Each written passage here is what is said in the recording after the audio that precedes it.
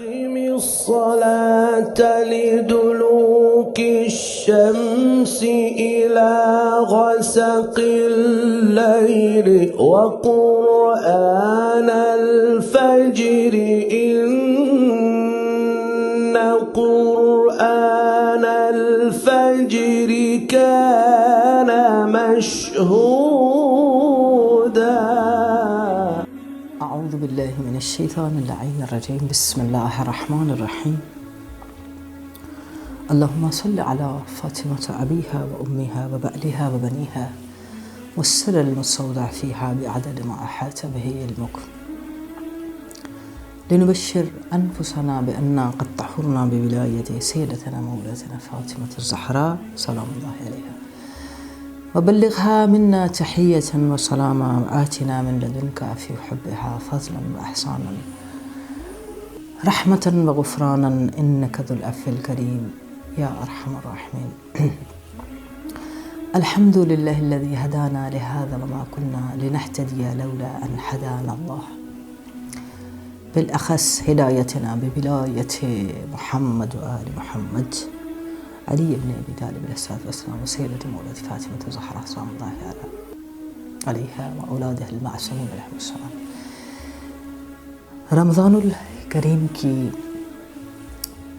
قرآن الفجر کے اس نورانی علمی قرآنی اور اہل بیتی دسترخوان پر ہم ایک طالب علمانہ عاجزانہ مؤدبانہ کوشش کے ساتھ ہر روز کوشش کرتے ہیں کہ آپ سب کی خدمت میں ایک ایسی علمی غذا فراہم کی جائے، ایک ایسی روحانی اور معنوی خوراک فراہم کی جائے جو انسان کی زندگی کو حیات، بقا اور دوام کی طرف لے کے جانے والی ہے، یا پھر وہ غذا یا وہ انرجی یا وہ ایمان، وہ جذبہ، وہ طاقت جس کے لیے رب العالمین نے ان 12 مہینوں میں رمضان الکریم جیسا متبرک اور گناہوں کو دھو دینے والا رمضان المکفر،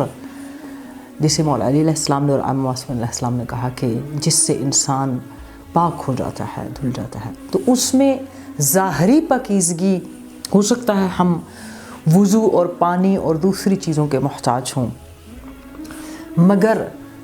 ظاہری پاکیزگی اس وقت تک تحقق پیدا نہیں کرتی، انسان کے وجود میں نہیں آتی جب تک انسان باطنی پاکیزگی کی طرف رجوع نہ کرے یا باطنی پاکیزگی کے لیے اپنے آپ کو آمادہ نہ کرے، یا اس میں اس کا شعور پیدا نہ ہو، یا اس میں اس کی سمجھ پیدا نہ ہو، یا اس میں اس کو شناسائی نہ ہو باطنی اور ظاہری پاکیزگی کے اندر۔ اور ہمیشہ سے بینگ اے اسٹوڈنٹ آف مکتب تشیع، ہم نے باقی پروگرامز کے اندر بھی اپنے محترم اور انتہائی قابل احترام جو ہمارے ناظرین اور سامعین ہیں ان کی دلوں پر، ایمانوں پر اور عقیدوں پر ایک علمی دستک دیتے ہوئے اس پرواز کی طرف، اس دسترخوان کی طرف ان کی توجہ دلانے کی کوشش کی، اس قرآن الفجر کے نام پر اس علمی سمندر کی طرف توجہ دلانے کی کوشش کی کہ جس دسترخوان کا سفرہ ہمیشہ کھلا رہتا ہے، جس دسترخوان پر جب اللہ رب العالمین نے اس کو بچھا دیا تو پھر دروازے لاک نہیں ہوئے، کھلے رہے۔ تو اگر دسترخوان بھی بچھا ہوا ہو، سفرہ بھی لگا ہوا ہو، ہزاروں قسم کی نعمتیں بھی اس پر بچھی ہوئی ہوں، اس کے باوجود ہم نعمتوں سے منہ پھیر کر بیٹھے ہوں، تو رمضان الکریم کی لذتیں ہمیں اس مقام پر لذت رمضان الکریم سے یا لذت بخشش سے، یا یہ جو ہم سب نے مل کر اس کو عشرہ مغفرت یا رسول خدا کی حدیث سے عشرہ مغفرت قرار دیا ہے، اس مغفرت کی چاشنی سے، مٹھاس سے، لذت سے، نورانیت سے آشنا نہیں ہو سکتے۔ تھوڑا سا اس دسترخوان پر اس بات کی طرف توجہ دلانے کے لیے کہ جب ہم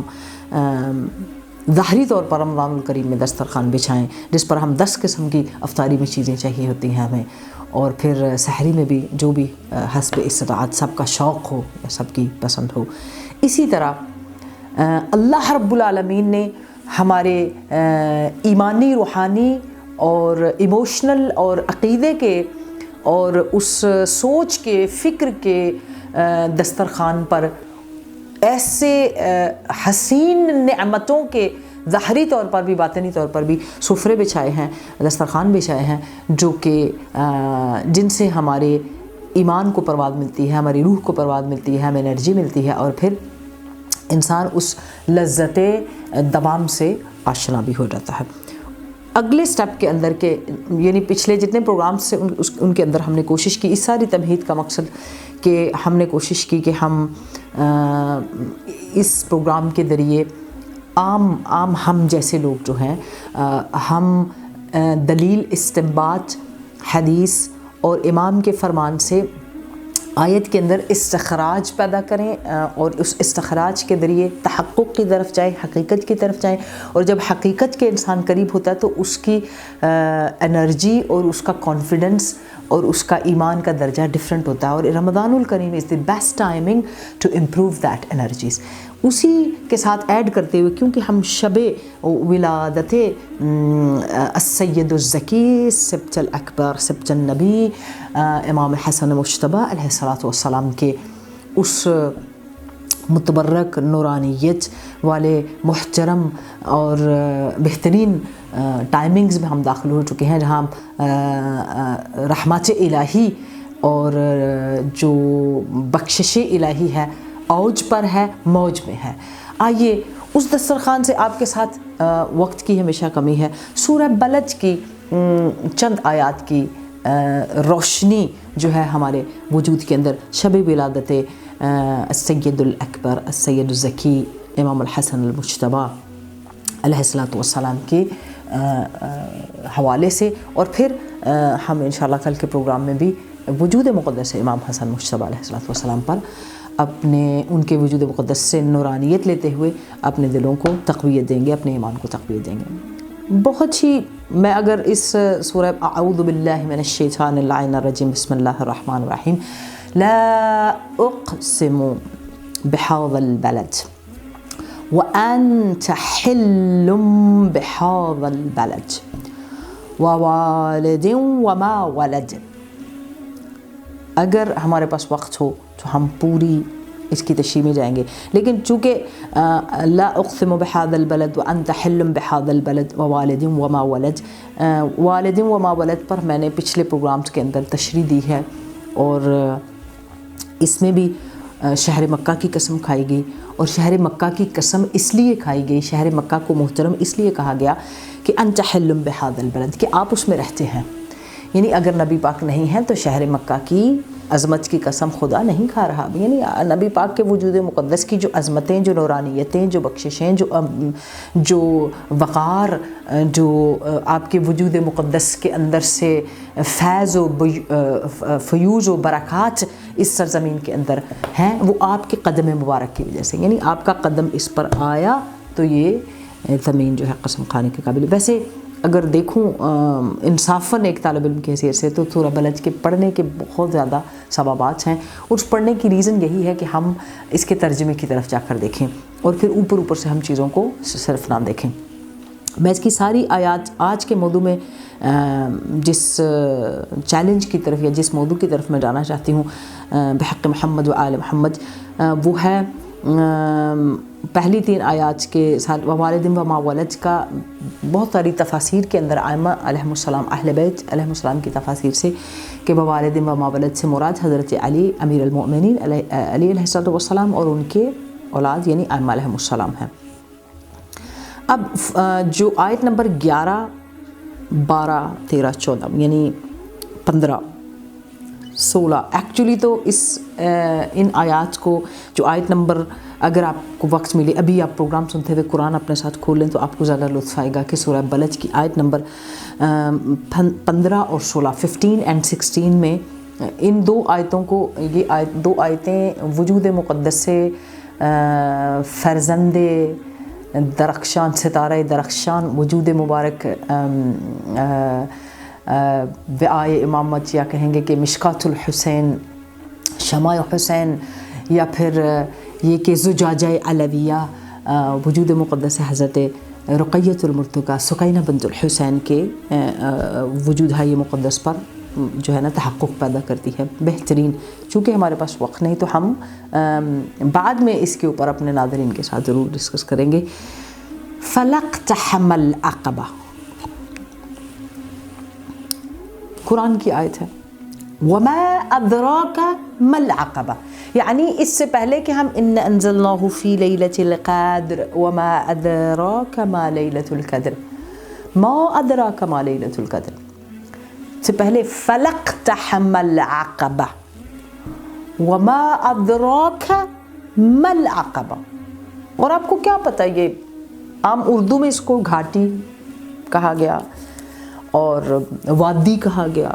یا کوئی ایریا کہا گیا یا کوئی جگہ کہا گیا. اور عجیب بات یہ ہے کہ میں نے جو ڈفرینٹ اسکول آف تھاٹس کے ہمارے تفاسیر لکھنے والے ہیں ان کی تفاسیر میں بھی جا کر اس آیت کی تشریح میں لکھا تو فلقتحم العقبہ سے پہلے انہوں نے اس بات کو بڑے اچھے طریقے سے لکھا کہ خداوند متعال رب ذوالجلال والاکرام نے عقبہ کی بات میں تفسیر بتاتی ہوں کہ انہوں نے بھی اس کو کیا لکھا. لیکن اس سے پہلے انہوں نے یہ لکھا کہ اللہ رب العالمین نے چونکہ انسان کو بے انتہا نعمتیں دی ہیں بے انتہا انلمیٹڈ لا تعدوا نعمت اللہ ولا تحصوها اور اختصاص اور مخصوص اور بڑی اسپیشل انسان کے لیے مخصوص کی ہیں. اشرف المخلوقات انسان اشرف کے لیے مخصوص کی اور پھر اس طرح مخصوص کی کہ نعمتیں دے کر اسے مسخر کائنات کہا. تو اللہ رب العالمین نے جو لا تعدوا نعمت اللہ ولا تحصوها کی اس میں بے انتہا انلمیٹڈ کاؤنٹ لیس بلیسنگز نعمتیں انعامات انسان کو دیں اور اسے مسخر کائنات کہا. تو اتنا کچھ دینے کے بعد اللہ رب العالمین نے انسان سے درخواست کی انسان سے چاہا وہی بات جو پچھلے پروگرامز میں آپ کے دلوں پر دستک دیتی ہوئی آ رہی ہوں. انسان سے کیا چاہا کہ وہ ان ساری نعمتوں کے بدلے میں سارے انعامات کے بدلے میں ساری رحمتوں کے بدلے میں کیا کرے شکر ادا کرے. تو ہم نے پہلے جو جتنے پروگرامز میں اگر آپ پیچھے جا کر دیکھیں گے اس کی کنیکٹیویٹی کو تو جو عقل معرفت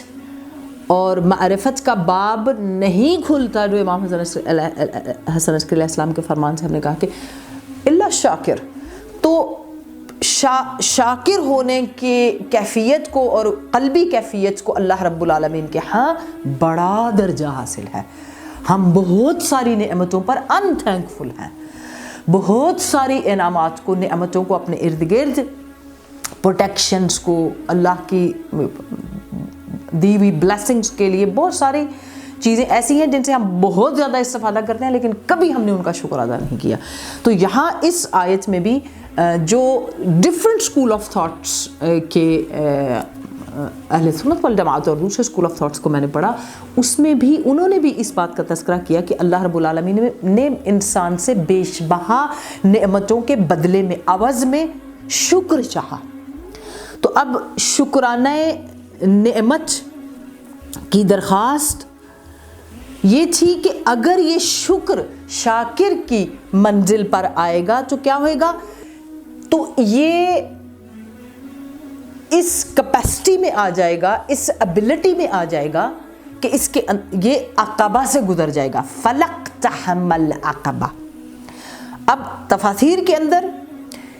یہ ایک ایسا مقام ہے، ایسی جگہ ہے جسے فراز سرات سے معنی کیا گیا، یعنی سرات کے اوپر، سرات کی بلندی کے اوپر ایک ایسی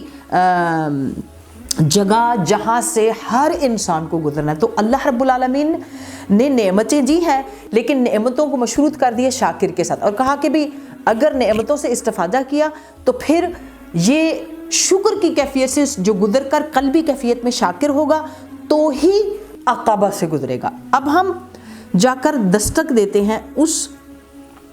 عقبہ کی منزل کے اوپر کہ عقبہ ایکچولی جو ہے کس چیز کو کہا گیا ہے۔ عام روایات کے حوالے سے جس میں اسے ایک سراج کے اوپر ایک ایسا پل قرار دیا گیا اور ایسی جگہ قرار دیا گیا جس کی بلندی، جس کی گہرائی خوفناک حد تک انسان کے لیے مشکل ہے، یعنی پیغمبر صلی اللہ علیہ وآلہ وسلم فرماتے ہیں کہ کسی بھی انسان کے لیے انتہائی مشکل ہے، مگر یہ کہ خود رسول اللہ اس عقبہ اس سے گزر جائیں، اور اس رسول اللہ کے ساتھ علی علیہ الصلوۃ والسلام۔ اسی لیے انا و علی ابوا هذه الامت کہ اس ترجمے کو جو پہلے سے میں لے کر چل رہی ہوں، اس نعمت کی، اس رشتے کی، اس معرفت کی، اس شناخت کی قدردانی کے لیے دوبارہ سے نعمتوں کو ریمائنڈ کرایا۔ میں تھوڑا سا اس روایت کی طرف جانا چاہتی ہوں جسے عقبہ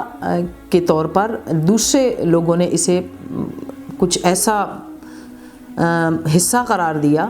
جس میں قال العقبۃ من صعدها فك رقبته من النار۔ اچھا، یہاں پر ہم ان فوق الثرات قال رسول اللہ صلی اللہ علیہ وآلہ وسلم ان فوق الثرات عقبہ كعودا طولها 3000 عام 1000 عام هبوط و1000 عام شوك وحسك وأقارب وحيات و1000 عام صعود أنا أول من يقطع تلك العقبة والثاني من يقطع تلك العقبة علي بن أبي طالب عليه الصلاة والسلام، وقال بعد كلام لا يقطعها في غير مشقة إلا محمد صلی اللہ علیہ وآلہ وسلم وأہل بیتہ علیہم السلام۔ نبی پاک صلی اللہ علیہ وآلہ وسلم نے کہا عقبہ سراج کے اوپر ایک بلندی ہے اور جس کے اوپر سے گزرنا ناممکن ہے، یعنی اتنا سخت ہے گزرنا۔ کیوں؟ اس کی لمبائی 3000 سال ہے، یعنی اتنا انسان چلے گا کہ 3000 years has to walk on it۔ 1000 سال پھر نیچے آتی ہے، اور پھر 1000 سال ایسی جگہ ہے جہاں سے خار و خاشاک و سانپ اور بچھو جو ہیں بڑے بڑے 1000 سال ان کے اوپر سے گزرنا ہے۔ اللہ اکبر! ہماری زندگی کتنی ہے؟ 50 60 70 80 90 برس، 100 برس، دیٹس اٹ۔ آئمہ علیہ السلام کی زندگیوں کو دیکھیں کتنے سال۔ تو ہم اس زندگی کو ایک بیسٹ اپرچونٹی سمجھیں۔ کیوں؟ نبی پاک صلی اللہ، اب یہ تفسیر اہل بیت علیہ السلام جلد 18 صفحہ 122، بحار الانوار جلد 8 صفحہ نمبر 66، المناقب جلد 2 صفحہ نمبر 155، البرہان۔ اب اس میں نبی پاک کیا فرما رہے ہیں کہ گزرنے والا یہ پل صراط کے اوپر فراز پہ عقبہ کو قرار دیا گیا ہے، اور عقبہ ظاہری طور پر 3000 سال طول، 1000 سال پھر نیچے،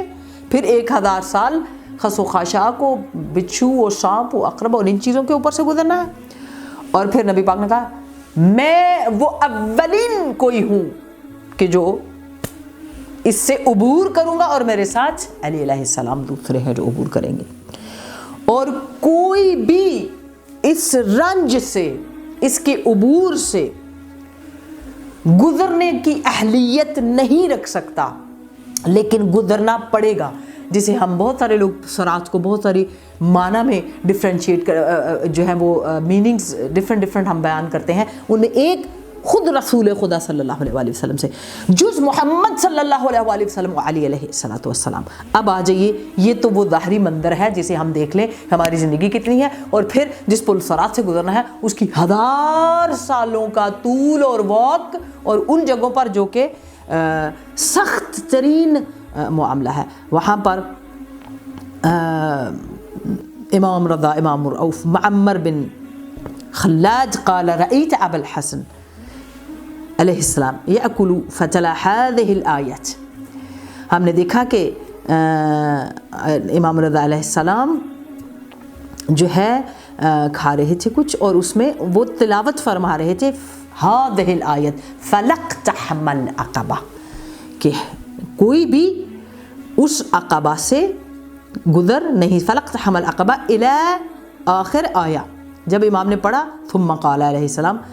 علم اللہ ان لیس کل احد یقدر علی عتق رقبۃ فجعل لهم سبیلا الی الجنۃ باطعام الطعام. یعنی کوئی شخص، کوئی بھی انسان جو ہے وہ عقبہ سے نہیں گزر سکتا مگر یہ کہ اس کے اندر اس کے اوپر سے گزرنے کی کیپیسٹی ہو. امام صادق علیہ السلام. اور اسی کے اوپر سے گزر کر اطعام بہشت دیے جائیں گے، اور دستور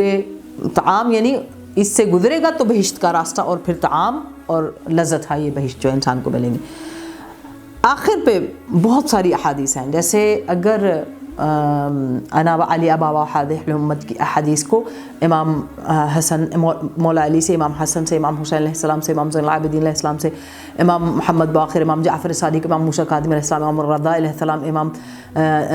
تقی علیہ السلام، امام نقی علیہ السلام، امام حسن عسکری، یعنی پورے ائمہ سے، یعنی ہمیں 10 احادیث اور اس کے اوپر ہیں، لیکن وقت کی کمی کے باعث اس حدیث سے امام صادق علیہ السلام عن ابان بن تغلب عن ابی عبداللہ علیہ السلام قال قلت له، یہ یعنی کمپلیٹ حدیث جس سے فلقتحم العقبہ وما ادرک ما العقبہ، اس گھاٹی سے تو گزرنا ہے، اور پھر تمہیں پتا ہے do you know that what is عقبہ، درک ہے اس کا. تو کہا قال قلت له جعلت فداك قوله فلقتحم العقبہ فقال من اکرمہ اللہ. اب کیپیسٹی کس کی ہے؟ امام صادق علیہ السلام فرماتے ہیں من اکرمہ اللہ بولایتنا، جس نے اپنے وجود کو، اپنے عمل کو، اپنے حسن کو، اپنے ایمان کو، اپنی محبتوں کو، اپنے رویوں کو، اپنی زبان کو، اپنے خلق کو، اپنے کردار کو، اپنی آنکھوں کو، اپنی فکر کو، اپنی نمازوں کو، اپنے رویوں کو، اپنے رشتوں کو، اپنے ریلیشنز کو، اپنی سوچوں کو، اپنی زبان کو، اپنی گفتگو کو، اپنے جذبوں کو، کیا کہا؟ ہماری ولایت کے کنٹرول، یعنی ولایت کا اس کے اوپر کنٹرول تھا، ولایت کے انڈر رہا، ولایت کے سائے میں رہا، ولایت کے شیلٹر میں رہا، اور ہماری ولایت نے اس کے اندر جو ہے یہ کیپیسٹی پر من اکرمہ اللہ، یعنی اس کی زینت، اس کی عزت ہماری ولایت ہے. فقد جاز العقبہ، تو وہ گزر جائے گا عقبہ. ونحن تلک العقبۃ التي من اقتحمها نجا. قال فسكت فقال لي فحلا افيدك حرفا خير لك من الدنيا وما فيها. قلت بلى جئلت فداك. قال قوله فك ركبة ثم قال الناس كلهم عبيد النار. كلهم عبيد النار، سارے ہی آگ کے بندے ہیں. غیرک و اصحابک، مگر یہ کہ وہ آپ کے اصحاب ہوں اور آپ کے محبت کرنے والے. فإن الله رقابكم من النار بولایتنا اہل البیت علیہم السلام. یعنی مولا امام صادق علیہ السلام کہا نحن العقبہ من اقتحم نجا وبنا فک اللہ رقابکم من النار. ہم اہل بیت اطہار کی محبت ہے عقبہ، ولایت امیر المؤمنین ہے عقبہ، ولایت حسن ابن علی سبت نبی محمد صلی اللہ علیہ وآلہ وسلم سید شباب اہل الجنہ ہے عقبہ. اور جو اس عقبہ اس ولایت کے اس رشتے میں اس بند کو اس ولایت کی زنجیر کو اپنے گلے میں اپنے وجود میں اپنے عمل میں اپنے فکر میں باندھ دے گا فک رکبۃ وہ تمام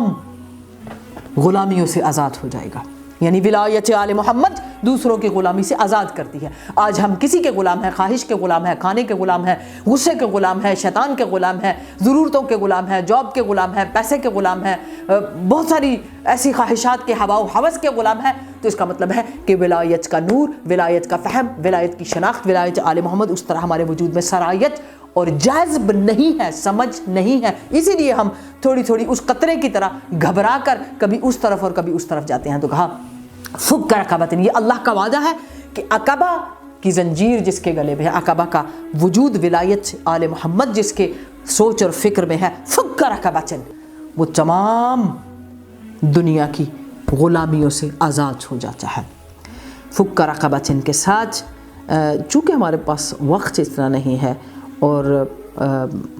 میرے دل میں یہ بات حسرت رہ جاتی ہے کہ ہم اس فک رکبۃ کے ساتھ اس پوائنٹ پہ ہم اس پروگرام کو ختم کرتے ہوئے اگلی آیت کو امام حسن علیہ السلام کی ولادت کے اس سے منسلک کریں گے. تو آئیے آج کے اس پروگرام میں وما ادراک ما العقبہ فلاقتحم العقبہ اگر تحقق پیدا کرے تو وما ادراک ما العقبہ ظاہر ہوتا ہے انسان کے وجود سے, اور پھر فک رکبۃ اظہار ہے کہ جب انسان ہر قسم کی غلامی سے آزاد ہوتا ہے اور پھر عاشق محمد و آل محمد سچائی کے ساتھ ہوتا ہے. پروردگار عالم سے دعا کرتے ہیں کہ بحق آبروی قرآن, عظمت قرآن, بحق نورانیت قرآن, بحق یوم البیت کے جو نور کے اور بخشش کے دن ہے, محمد و آل محمد کی ولایت کے صدقے میں ہمارے دلوں کو نورانیت قرآن و اہل بیت اطہار بخشتے ہوئے ہمارے وقت کے امام کے ظہور میں تعجیل فرمائے, اور ولایت قطب عالم امکان مہدی دوران امام مہدی اجلہ تعالی فرجہ الشریف کی عشق اور غلامی کی جو زنجیر ہے وہ ہماری روحوں میں, ہمارے دلوں میں, اور ان کی محبت اور ان کے علم کا دسترخوان ہمیشہ ہماری فکروں میں بچھا رہے. مولا کے ظہور کی دعا کے ساتھ اللہم عجل لولیک الفرج. والسلام علیکم ورحمۃ اللہ. آن الفجر إن قرآن الفجر كان مشهورا